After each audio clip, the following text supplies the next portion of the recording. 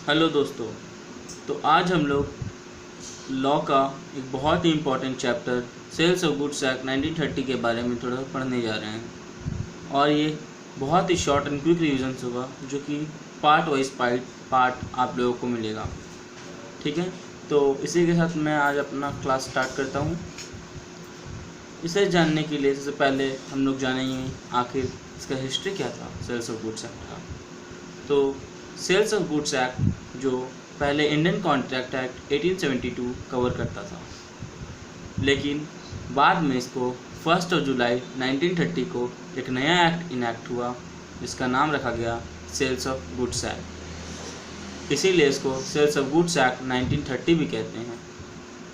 और इसका अमेंडमेंट का डेट 23 सितंबर 1963 था, जो कि whole of India including Jammu and Kashmir पे एप्लीकेबल है।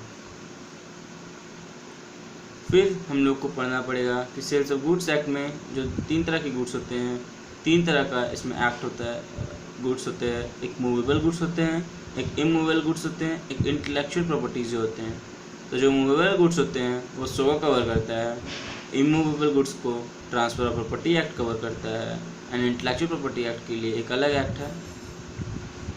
सोगा में हम लोगों को 2 चीज़ जानना पड़ेगा, एक ओनरशिप, एक पोजीशन। जो ओनरशिप होता है उसको कहते हैं transfer of general property which is included in the contract of sale under SOGA, and इसमें बायर और सेलर 2 पार्टीज़ होते हैं। पोजीशन के बारे में हम लोग जानते हैं, पोजीशन का मतलब होता है ट्रांसफ़र ऑफ स्पेशल प्रॉपर्टी, जिसमें हम लोग को 2 चीज़ जानना पड़ेगा, bailment and contract act. Bailment और कॉन्ट्रैक्ट एक्ट जो कवर करता है, इसके अंदर हम लोग को 2 पार्टीज पढ़ना है, एक है बेलर, एक है बेली।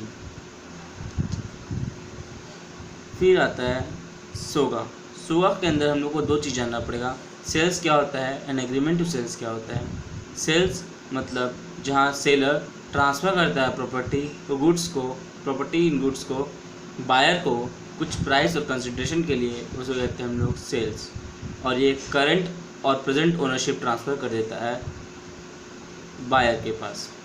एग्रीमेंट टू सेल्स का मतलब होता है, इसमें जो सेलर होता है वो एग्रीज करता है कि प्रॉपर्टी इन गुड्स को बायर को देगा कुछ कंसिडरेशन या प्राइस के लिए फ्यूचर डेट में, इसीलिए इसका फ्यूचर ओनरशिप ट्रांसफ़र होता है।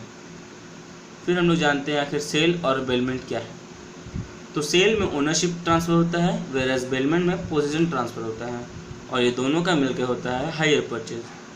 ठीक है, इसीलिए इसमें पोजीशन और ओनरशिप दोनों का बात किया गया है। फिर हम लोग आते हैं गुड्स। गुड्स को सेक्शन 2 क्लॉज 7 डिफाइन किया है, जिसमें आता है goods refers to any kind of movable property other than actionable claim and money which includes stock, share, growing crops and anything attach to the land which are agreed to be severed. ठीक है, यानी goods section 2 clause 7 बोलता है कि goods मतलब कोई भी movable property, ठीक है, वो मनी और ऑक्शनेबल क्लेम, सर्विसेज, प्लेस, मॉर्गेज और बेलमेंट नहीं होना चाहिए। जबकि स्टॉक, शेयर, ग्रोइंग क्रॉप्स और जो भी चीज़ लैंड से अटैच है, जिसको हम लोग अलग कर सकते हैं लैंड से, वो सभी गुड्स में इंक्लूडेड हैं। फिर हम लोग को यहाँ पे जानना पड़ेगा कि टाइप्स ऑफ गुड्स क्या होता है। तो there are 3 types of goods, existing goods, future goods and contingent goods. Existing goods वैसे गुड्स होते हैं जो सेक्शन 214 बताता है कि एग्जिस्टिंग गुड्स वैसे गुड्स होते हैं जो कॉन्ट्रैक्ट ऑफ सेल के टाइम पे प्रेजेंट होते हैं। Future goods according to section 2 clause 6 बताता है कि ये वैसे गुड्स होते हैं जो कि कॉन्ट्रैक्ट के टाइम पे प्रेजेंट नहीं होते हैं और ये फ्यूचर डेट पे आते हैं। कंटिजेंट गुड्स भी एक तरह का फ्यूचर गुड्स ही होता है, इसलिए इसका भी सेक्शन क्लॉज 2(6) ही है, और ये डिपेंड्स करता है हैपनिंग और non happening of certain events पे। फिर हम लोग जानते हैं कि एग्जिस्टिंग गुड्स 3 तरह का होता है, एक होता है स्पेसिफिक गुड्स, एक होता है असर्टेन गुड्स, एक होता है अनअसर्टेन गुड्स। स्पेसिफिक गुड्स मतलब वैसे गुड्स जो कि टाइम ऑफ कॉन्ट्रैक्ट के समय में आइडेंटिफाई उसके पहले कर लिया जाता है। असर्टेन गुड्स वैसे गुड्स जो कॉन्ट्रैक्ट ऑफ सेल के बाद आइडेंटिफाई किया जाता है, और अनअसर्टेन गुड्स वैसे गुड्स जिसको आइडेंटिफाई नहीं किया जाता है। फिर हम लोग जानेंगे जिस चीज़ के लिए कॉन्ट्रैक्ट होता है वो आता है प्राइस और मनी कंसिडरेशन। अगर गुड्स के बदले गुड्स दे रहे हैं तो ये होता है प्योर बार्टर सिस्टम, जो कि कॉन्ट्रैक्ट एक्ट कवर करता है, और अगर गुड्स के बदले मनी दे रहे हैं तो सो कवर करता है, यानी sales of goods act cover करता है। अगर गुड्स के बदले कुछ मनी और कुछ गुड्स दे रहे हैं तो भी सेल्स ऑफ गुड्स एक्ट करता है। और हम लोग मनी को इसलिए गुड्स नहीं मानते हैं क्योंकि अगर मनी को भी गुड्स मान लिया जाए तो गुड्स के बदले गुड्स हो जाएगा, जो कि प्योर बार्टर सिस्टम डिफाइन कर देगा, इसीलिए हम लोग मनी को गुड्स नहीं मानते हैं। फिर आते हैं कुछ एसेंशियल एलिमेंट्स होते हैं कॉन्ट्रैक्ट करने के लिए। तो उसमें होते हैं 2 पार्टीज होने चाहिए, एक होते हैं बेलर और एक होते हैं बायर और एक होता है सेलर। फिर आते हैं गुड्स होता है, तीसरा होता है प्राइस, और चौथा पॉइंट है ट्रांसफ़र ऑफ ओनरशिप, यानी किसी भी चीज़ का सेल और उसकी तभी माना जाएगा जब उसका ओनरशिप ट्रांसफ़र हो जाएगा। और जो भी एलिमेंट जो है वैलिड कॉन्ट्रैक्ट के लिए एप्लीकेबल होते हैं वो भी essential of contract of sale में भी आते हैं।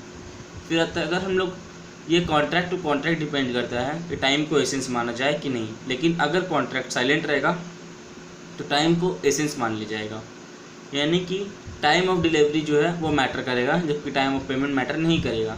अगर कोई भी सेलर बायर को डिलीवरी टाइम पे नहीं देता है तो बायर कॉन्ट्रैक्ट कैंसिल कर सकता है, लेकिन अगर बायर जो है वो सेलर को पेमेंट टाइम पे नहीं देता है तो सेलर कॉन्ट्रैक्ट कैंसिल नहीं कर सकता है अगर कॉन्ट्रैक्ट साइलेंट है तो। फिर हम लोग आते हैं डिटरमिनेंट्स ऑफ प्राइस। अगर कोई भी चीज़ का जो प्राइस होता है वो कौन रखता है और कैसे रखता है, ठीक है। तो इसमें हम लोग को 4 फैक्टर्स पढ़ना है, जिसमें पहला फैक्टर है एज फिक्स इन कॉन्ट्रैक्ट, यानी जैसा कॉन्ट्रैक्ट में फिक्स हो गया उसी हिसाब से उसका प्राइस रहेगा। दूसरा एज एग्रीड बाय पार्टी, यानी पार्टीज़ जो है वो आपस में मिलकर डिसाइड करेंगे कि किसी भी गुड्स का जो सेल हो रहा है उसका प्राइस क्या रखा जाए, या फिर किसी थर्ड पार्टी को वो लोग हायर कर लेंगे, वो बताएगा कि उसका सेल का प्राइस क्या होना चाहिए। और चौथा as per course of dealings, यानी as per course of future dealing, यानी कि पहले के जितने भी सेल्स के कॉन्ट्रैक्ट किए गए हैं उसके रेट्स को, उसके प्राइस को देखते हुए हम लोग प्राइस डिसाइड करेंगे। फिर हम लोग को पढ़ना है स्टिपुलेशंस, यानी terms and conditions. Terms and conditions, इसमें 2 चीज़ हम लोग को जानना है, एक होता है कंडीशंस, एक होता है वारंटी। कोई भी कॉन्ट्रैक्ट ऑफ सेल के लिए कंडीशंस जो है उसको एसेंशियल माना जाता है, जबकि वारंटी जो है वो नॉन एसेंशियल होता है और उसको कोलेटरल माना जाता है। अगर कोई भी बायर ब्रीच करता है, अगर कोई भी सेलर ब्रीच करता है कंडीशंस को, तो बायर कॉन्ट्रैक्ट को कैंसिल कर सकता है, लेकिन अगर कोई भी सेलर वारंटी को ब्रीच करता है तो बायर कॉन्ट्रैक्ट कैंसिल नहीं कर सकता है। कंडीशंस यानी ये भी 2 तरह के होते हैं, express conditions and implied conditions. Warranty भी 2 होते हैं, express warranty and implied warranty. उसके बाद हम लोग जानते हैं आखिर इम्प्लाइड कंडीशंस क्या क्या होते हैं। तो condition as to title, condition as to descriptions, condition as to sample, condition as to sample and descriptions, conditions as to wholesomeness, conditions as to merchantable quality, conditions as to quality and fitness of a particular trade। ये 7 जो हैं वो implied conditions हैं। फिर आते हैं implied warranty क्या होते हैं। तो warranty as to quit possession, warranty as to free from encumbrances, warranty as to disclosure of dangerous nature of goods and warranty implied by the custom of user in trades। ये 4 implied warranty होते हैं। लेकिन conditions को हम लोग warranty मान सकते हैं, जबकि वारंटी को कंडीशंस नहीं ट्रीट किया जाता है। यानी कि अगर कोई बड़ी गलती है तो उसको छोटी गलती हम लोग मान सकते हैं, लेकिन किसी भी छोटी गलती को बड़ी गलती हम लोग नहीं मान सकते हैं। एक होता है केविएट एम्पटर। केविएट एम्पटर में हम लोग को ये जानना है, इसमें let the buyer be aware, इसका मतलब होता है, केविएट एम्पटर का मतलब होता है let the buyer be aware, यानी बायर को भुगतने दो, हमेशा सेलर ही क्यों भुगते, ठीक है। तो अगर बायर वेरीफाई किया है कोई भी गुड्स और उसमें डिफेक्ट्स हुआ तो बायर रिस्पॉन्सिबल है, या फिर बायर रैशनल है किसी भी गुड्स को लेकर के, और वो जैसा परचेस किया उस हिसाब से अगर वो गुड्स है तो भी बायर खुद रिस्पॉन्सिबल है, उसके लिए सेलर रिस्पॉन्सिबल नहीं हुआ। लेकिन कुछ एक्सेप्शंस है जिसमें सेलर रिस्पॉन्सिबल होते हैं, जैसे कि लेटेंट डिफेक्ट यानी छुपा हुआ डिफेक्ट्स, फ्रॉड और misrepresentation, descriptions, samples and sample and descriptions, इसके लिए सेलर रिस्पॉन्सिबल होते हैं। तो दोस्तों यहीं पे हम लोग का पार्ट 1 ख़त्म होता है, और बहुत ही जल्द मैं आप लोगों के लिए पार्ट 2 भी लेके आऊँगा। अगर आप लोगों को ये वीडियो अच्छा लगे तो इसको लाइक करें, शेयर करें और मेरे चैनल को सब्सक्राइब करें।